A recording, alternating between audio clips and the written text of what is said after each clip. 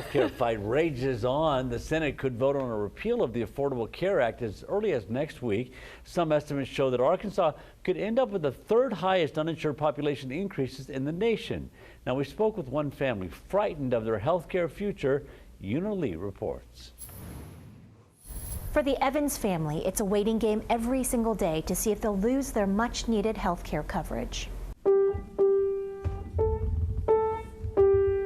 Between piano lessons are therapy sessions, surgeries, and trips to see doctors, 8-year-old Nicholas Evans is battling arthrogryposis.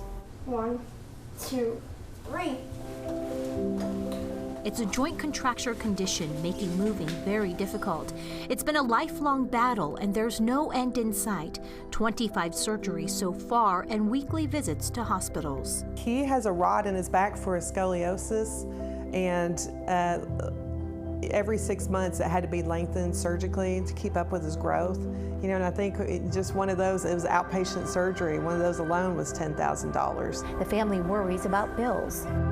We've spent so much money on, co-pays, because we not only go to Arkansas Children's Hospital, we've had to go to St. Louis Children's for some of his treatment for his hands and his legs.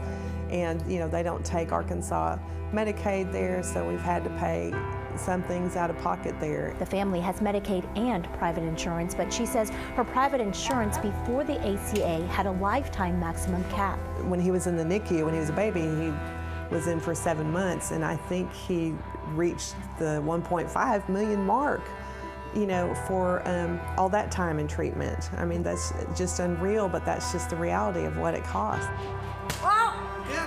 Melissa says the Affordable Care Act got rid of the cap, but she worries it could come back with all the uncertainty in D.C. Either that lifetime cap or Nicholas losing Medicaid. If he lost Medicaid, it would be a great financial burden for our family, and we just wouldn't be able to afford everything he needs. Arkansas advocates worry too. They estimate 357,000 people could be uninsured in 5 years. About 32,000 Arkansas children would lose their health insurance under this plan. The Urban Institute estimates are a blow to those who have worked so hard to get coverage for kids. We have had great success in our state over the past 2 decades in really increasing children's access to health care.